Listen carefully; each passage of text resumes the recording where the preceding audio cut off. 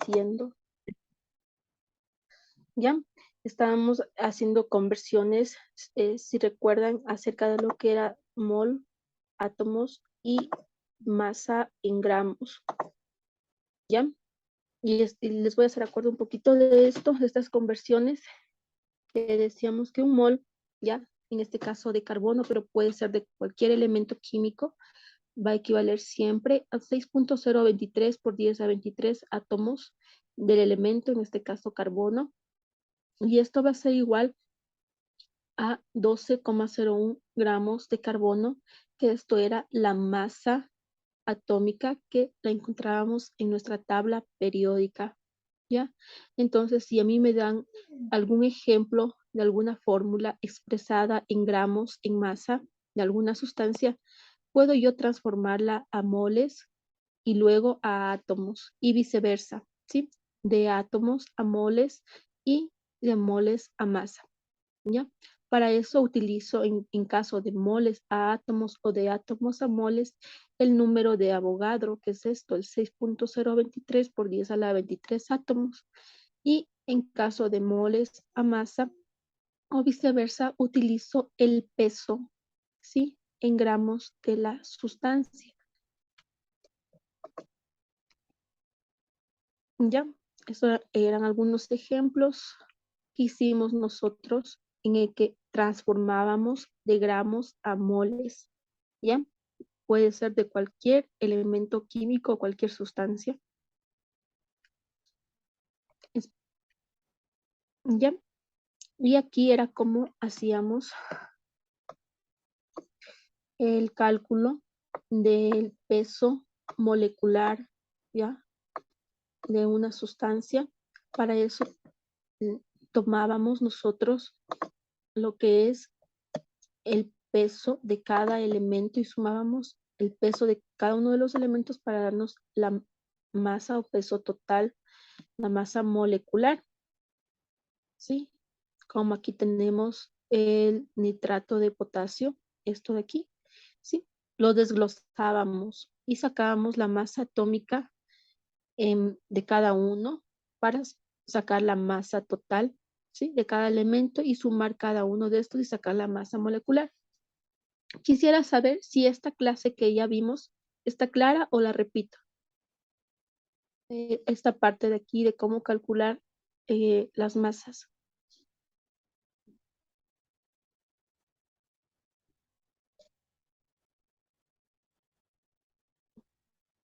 Sí, porque esto es fundamental, el cálculo de la masa del elemento es básico para poder seguir entendiendo las siguientes clases.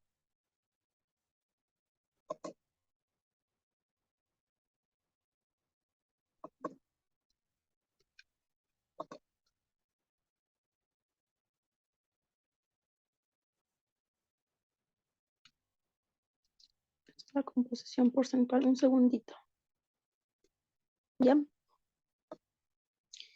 Em, las ecuaciones van a necesitar balancearlas, ¿sí? Para que haya un equilibrio con el número de reactivos y el número de productos, ¿ya?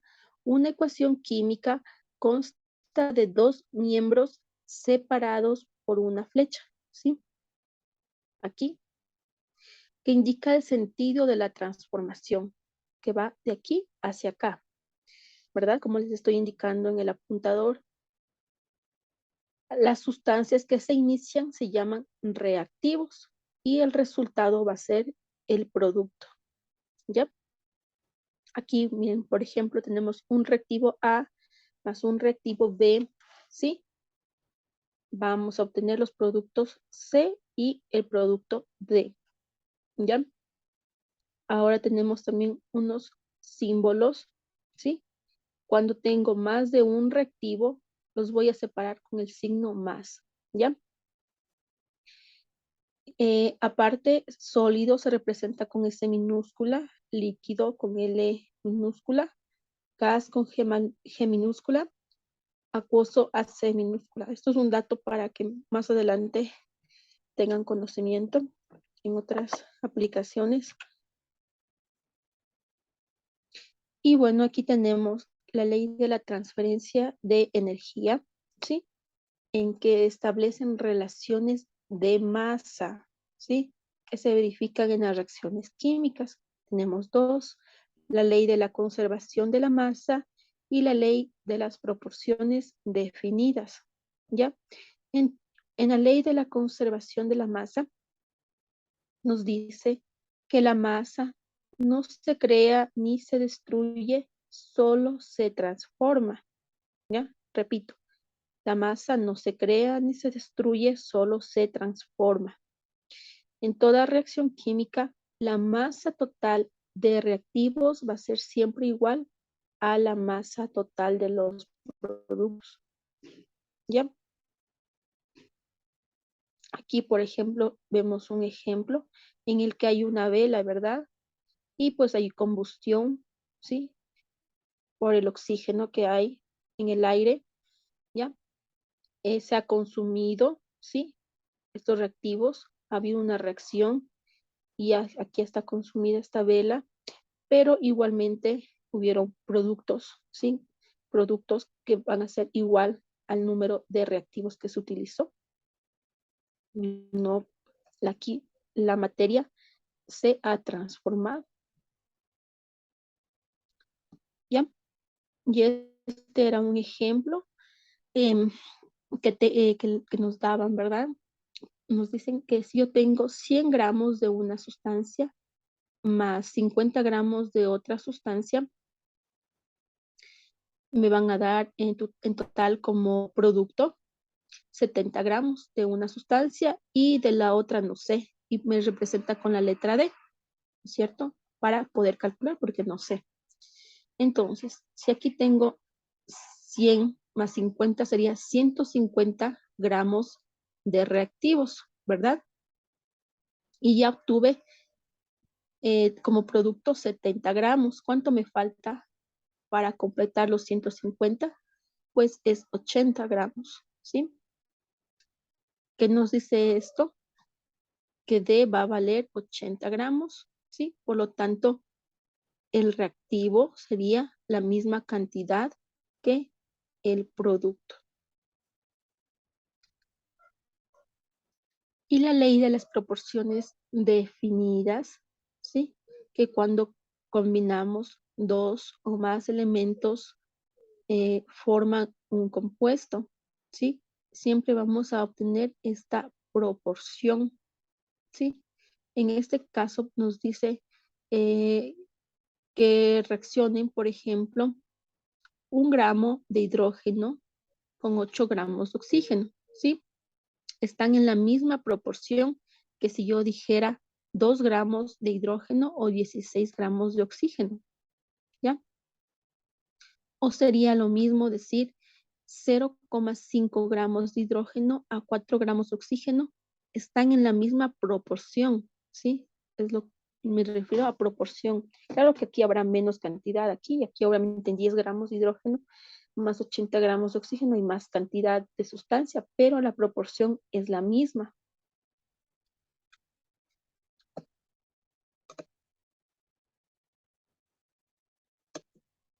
Bueno, aquí vemos, por ejemplo, en este de aquí, un ejemplo de en esta ecuación, la síntesis del amoníaco, que el amoníaco, pues como sabemos, es un compuesto nitrogenado que va a dar origen a las aminas, amidas y nitrilos. Entonces vemos aquí que se forma a partir de la unión de un nitrógeno más un hidrógeno. ¿Ven? Vemos aquí que de esta unión ha derivado en el nitrógeno. La fórmula del nitrógeno es NH3, ¿ya? Aquí vemos una ecuación no balanceada. ¿Qué tenemos que hacer? Tenemos que balancear, ¿sí? ¿Ya?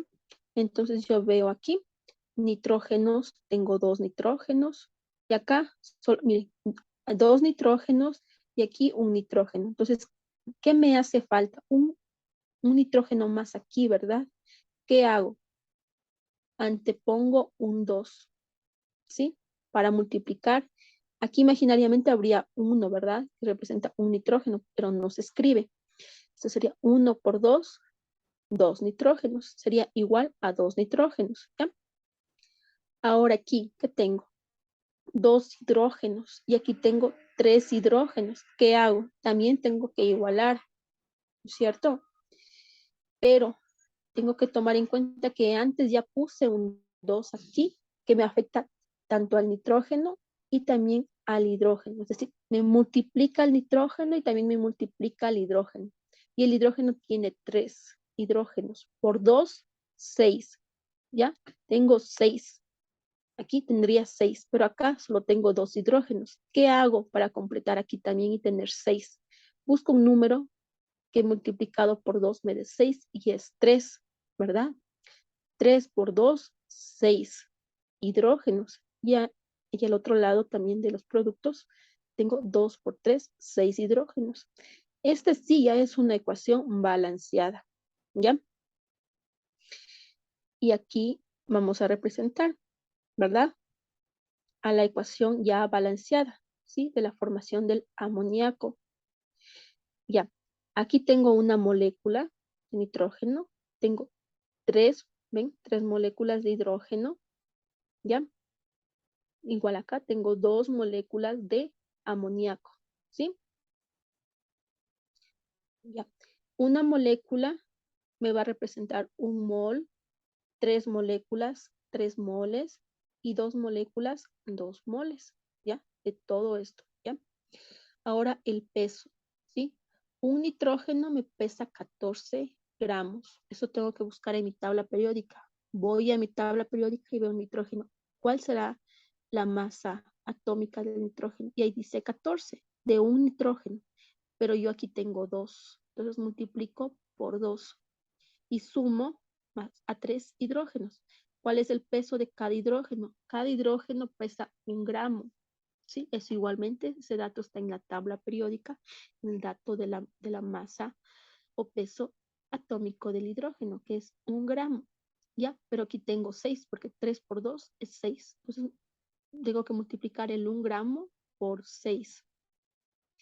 ¿Ya?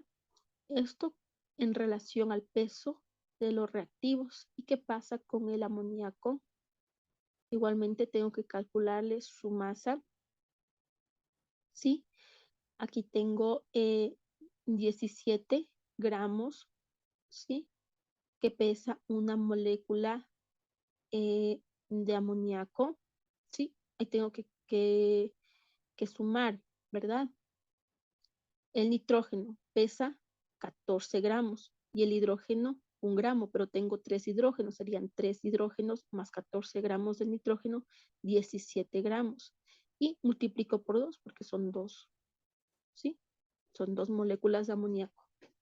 Y resuelvo esto, ¿verdad? 2 por 14, 28. 6 por 1, 6 y 2 por 17, 34 gramos. Sumemos esto, 28 más 6, 34 gramos, ¿sí? De reactivo y acá va a ser igual 34 gramos de producto. Esto es la ley de las proporciones definidas. Si tengo 34 gramos de reactivo, también tendré 34 gramos de producto. Están en la misma proporción.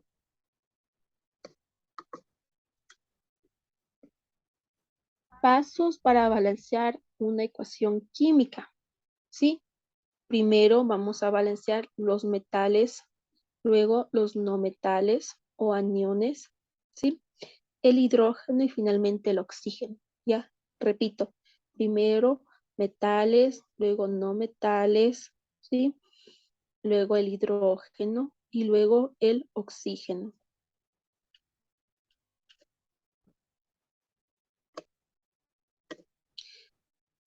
Ya, vamos a balancear esta ecuación.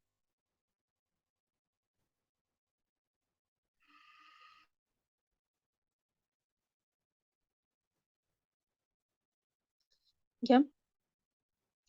Vemos aquí que esta ecuación es una ecuación para descomponer esta sustancia, ¿verdad?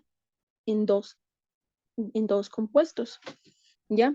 Aquí hay un cloro, ¿sí? Y un potasio, ¿ya? y esto es un oxígeno. Están formando una sal, un clorato de potasio, se llama esto, ¿sí? Entonces esto de aquí se va a descomponer en KCl, igualmente K es potasio y Cl es cloro. Esto es el cloruro de potasio más oxígeno, ¿ya? Entonces voy a contar de este lado de reactivos si hay la misma cantidad de elementos de este lado que el otro lado de productos, ¿ya? Entonces veo, potasio hay uno, ¿verdad? Que no hay un número pequeño abajo, ¿no es cierto? O un índice que nos diga que hay más, solo hay uno. Y al otro lado también hay un potasio. ¿Estamos bien? ¿Ya? Entonces, como les vemos, el potasio, en este caso, ¿sí? Estaría en el grupo de metales, ¿verdad? Entonces, ¿qué era primero? Fijarnos en los metales, luego en los no metales, luego en el hidrógeno y luego en el oxígeno, ¿ya? Ahora vamos a fijarnos en el cloro, porque el paso 2 es fijarnos luego en los no metales y el cloro es un no metal, ¿sí? O un anión. Vemos que aquí tengo un cloro, solo veo un cloro a este lado y acá también veo un cloro, entonces está igual, ¿ya? Ahora, ¿qué pasa? Tendría que haber hidrógenos, pero en esta reacción no hay hidrógenos. Entonces, ¿qué veo? Lo siguiente, oxígenos, ¿verdad? Aquí tengo 3 oxígenos y aquí tengo 2 oxígenos. Aquí ya no están iguales. Aquí están diferentes. Ya aquí tengo que ver cómo balanceo esta ecuación, ¿sí? Cómo busco un número, un coeficiente que se llama coeficiente estequiométrico para que la ecuación esté balanceada. ¿Ya? Si yo pongo un número delante del oxígeno para igualar la ecuación, porque si yo tengo aquí 3 y acá 2, pues tengo que buscar un número igual para igualar en ambos del mismo número. Entonces, digamos que yo pongo el 2, ¿ya? 2 adelante del oxígeno. Por 2, si ya tengo 2 moléculas de oxígeno, serían 4 moléculas de oxígeno. Y acá tengo 3. No me sirve porque igual sigue sin igualarse, sin balancearse esta ecuación. ¿Qué hago? ¿Ya? Sigo buscando un número, ¿ya?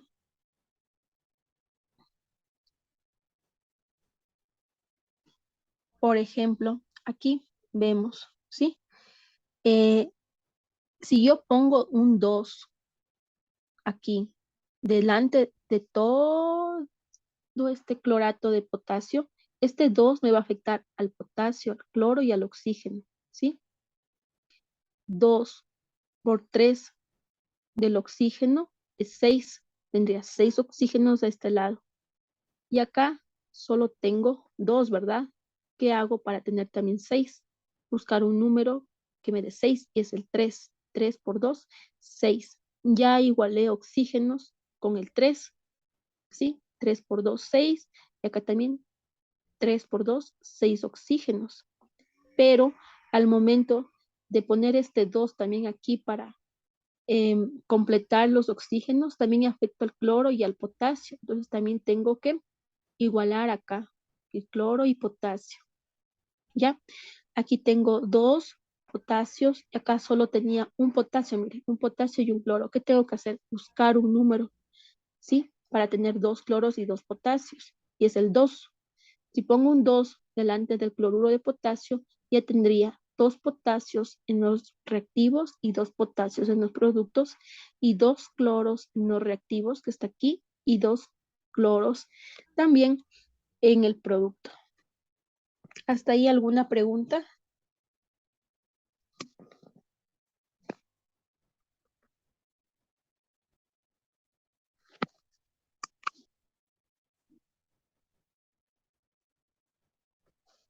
Chicos, ¿estamos claros?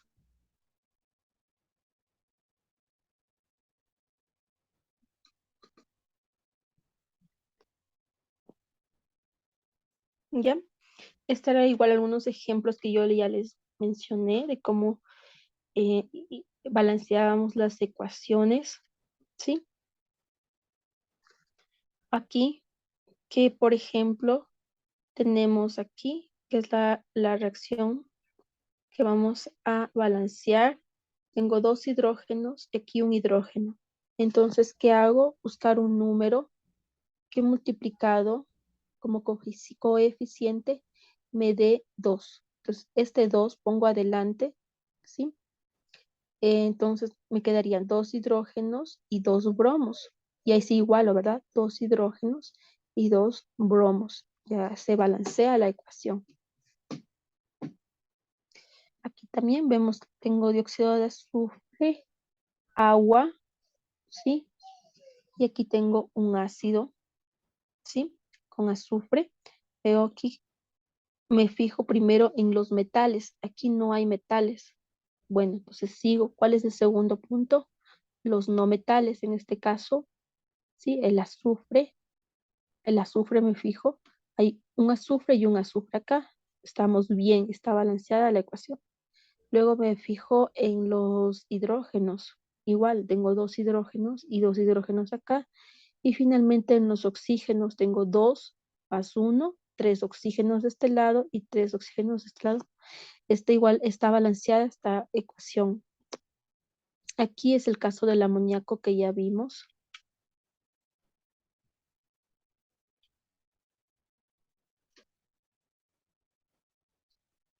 Ya, estos ejemplos ya los vimos igualmente en la anterior clase. ¿Alguna pregunta? ¿O les vuelvo a repetir algo del balanceo de las ecuaciones?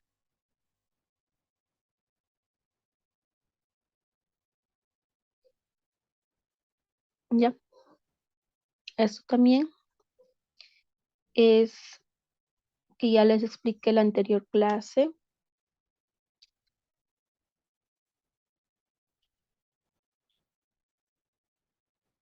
Ahorita les estoy dando solo un pequeño recorderis para continuar con lo que nos corresponde a esta clase.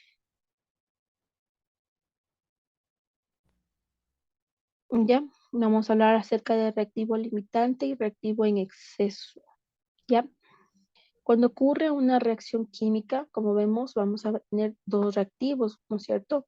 Pero no pueden estar en las mismas cantidades. Puede haber un reactivo que sea en mayor cantidad y otro reactivo en menor cantidad. Por lo tanto, el reactivo que esté en menor cantidad va a limitar la reacción porque se va a acabar primero y va a constituir el reactivo limitante. Y el reactivo, ¿sí?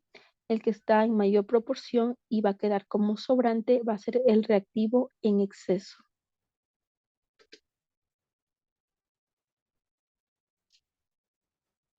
¿Ya? Aquí tenemos el caso de un reactivo limitante y en exceso para la formación aquí de un de un alcohol, perdón, esto es un alcohol que es el metanol, ¿sí? Es este, CH3OH, es un alcohol metano, ¿ya? Entonces se forma a partir de carbono, monóxido de carbono y dos hidrógenos, ¿sí? En estado gaseoso, ¿sí? Entonces vamos a ver eh, cuál es el reactivo limitante en esta reacción. ¿Ya? En este caso, el reactivo en exceso es el monóxido de carbono, el CO. Ya, puesto que el hidrógeno va a ser aprovechado al máximo. ¿Cómo vamos a comprobar esto? De cuál es el reactivo que produce la menor cantidad de metanol, ¿sí? Entonces hago aquí una comparación, ¿verdad? ¿Ya? 2 moles, ¿sí? De monóxido de carbono, ¿ya? Y mm, voy a transformar, ¿verdad? A moles del, del alcohol del metanol, que es este, CH3OH, que es el metanol. Entonces, ¿verdad? Si yo tuviese 2 moles monóxido de carbono, ¿cómo hago esta relación? Si en la ecuación principal veo que tengo una mol de monóxido de carbono, ¿sí? Una mol de monóxido de carbono me dio una mol de metanol, ¿sí? Entonces, ¿qué pasaría si yo tengo 2 moles? ¿Sí? Hago esta relación, simplifico las unidades siempre en diagonal, ¿sí? Moles de CO con moles de CO, simplifico y multiplico 2 por 1, 2, dividido para 1 es 2. Me daría 2 moles de metano, ¿sí? Si tuviese 2 moles de monóxido de carbono. Ahora, si tengo 2 moles de hidrógeno, que es lo que está aquí, 2 moles de hidrógeno, sabiendo que en relación a la ecuación, ¿verdad? 2 moles de hidrógeno, porque aquí está 2 moles de hidrógeno, me dio una mol de todo esto que es metanol, H3OH, que es metanol, ¿ya? Entonces realizo la multiplicación, 2 por 1, 2, divido para 2, 1, sería una mol de H de metanol, ¿ya? En conclusión, ¿sí? Probando, si yo tuviera las mismas cantidades, tanto de monóxido de carbono como de hidrógeno, el hidrógeno me daría una mol, por lo tanto me da menos cantidad, se acaba más rápido, por lo tanto el hidrógeno va a ser el reactivo limitante y el CO2 el reactivo en exceso. Miren, en la misma cantidad, ¿sí? El que se acaba más pronto ha sido el hidrógeno, dándome menos metanol. Así se comprueba cuál es el reactivo limitante o cuál es el reactivo en exceso. ¿Ya? No vamos a ver más de esto porque ya lo vimos en la anterior clase. Estoy dando los puntos básicos.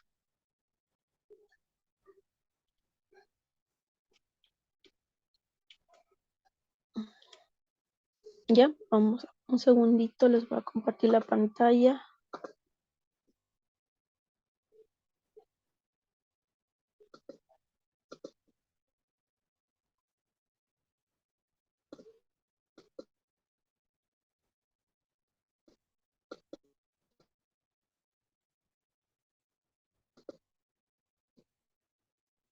Sí, vamos a hablar ahora de disoluciones, ¿sí?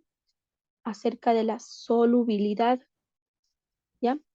¿Qué entienden por solubilidad? ¿Alguien ha escuchado de esto?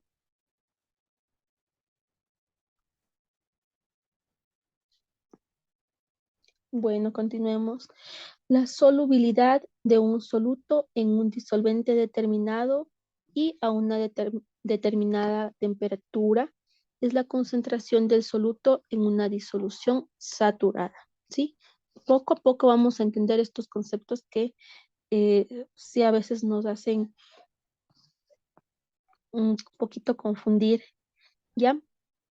Para saber si un compuesto es acuoso, soluble o es sólido, insoluble o precipitado, vamos a observar al catión y al anión que interviene, ¿ya? Entonces aquí tenemos las reglas de solubilidad para compuestos iónicos, ¿sí? Comunes como el agua a 25 grados, ¿sí? Entonces aquí nos da una tabla más o menos de los compuestos solubles e insolubles, ¿sí? Estos aquí son compuestos solubles, ¿sí? Podemos ver. Y acá los compuestos insolubles, ¿ya? No les voy a mencionar cada uno de estos. Vamos a identificar, ¿sí? Por ejemplo, aquí tengo el cloruro de sodio, NaCl es cloruro de sodio. Y vamos a ver cuál es el catión con carga positiva y cuál es el anión con carga negativa, ¿sí? El catión en este caso sería el sodio, ¿ya? Y el cloro sería un anión con carga negativa, ¿ya? Podemos observar la tablita para ver si encontramos el cloro. Miren, aquí ya le encontramos el cloro, ¿sí? Perdón, aquí.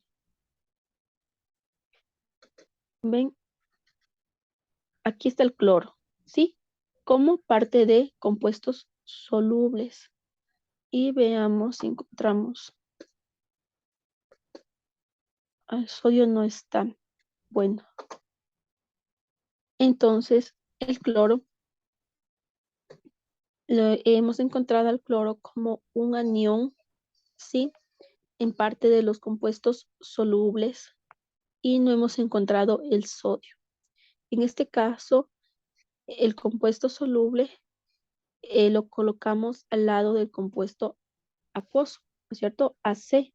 AC significaba acuoso y acuoso significa que el compuesto es soluble, es decir, que se va a disolver.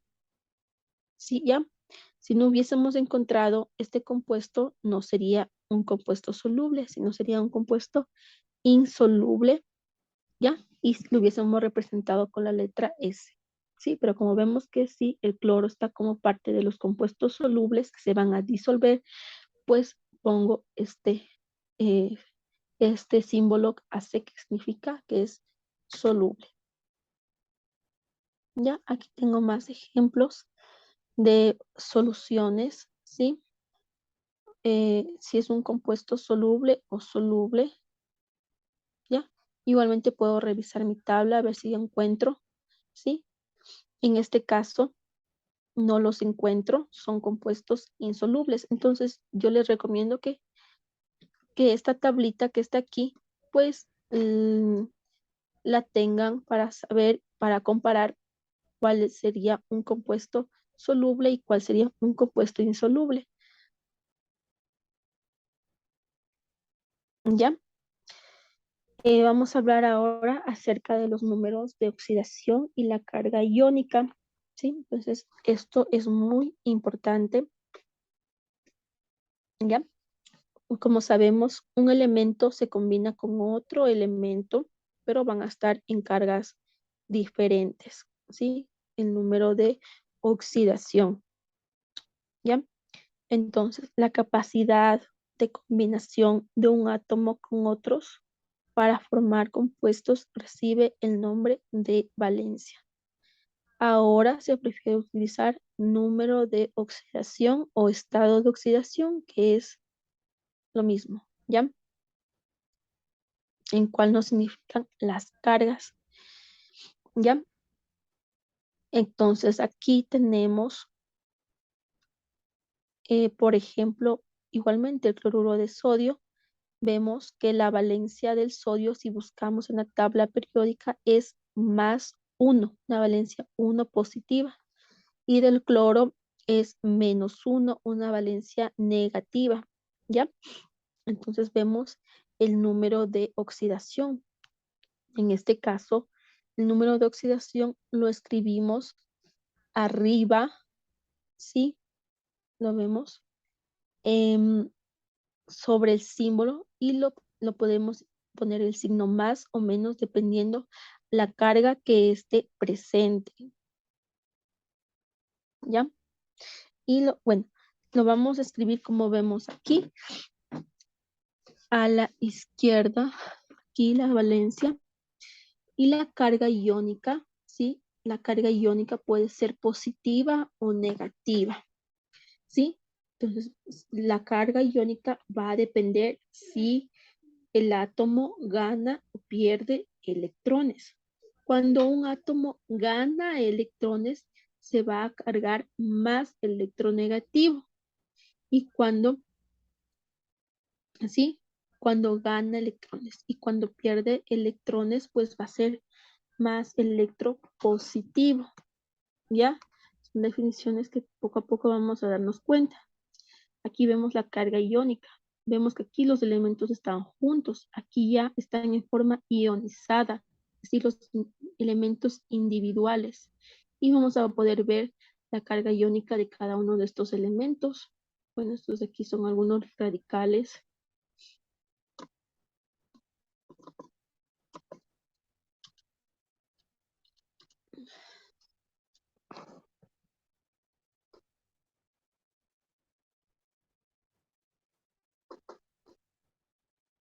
Estamos hablando un segundito.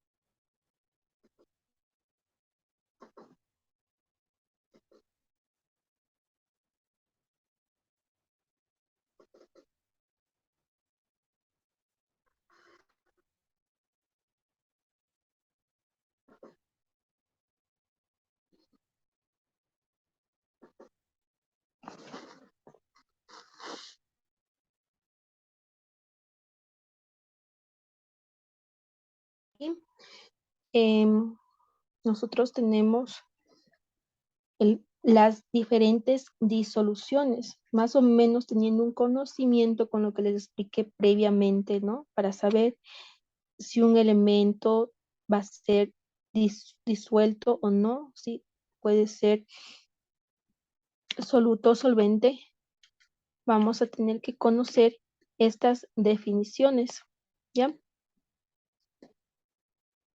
Un segundito. Bueno, les comparto pantalla.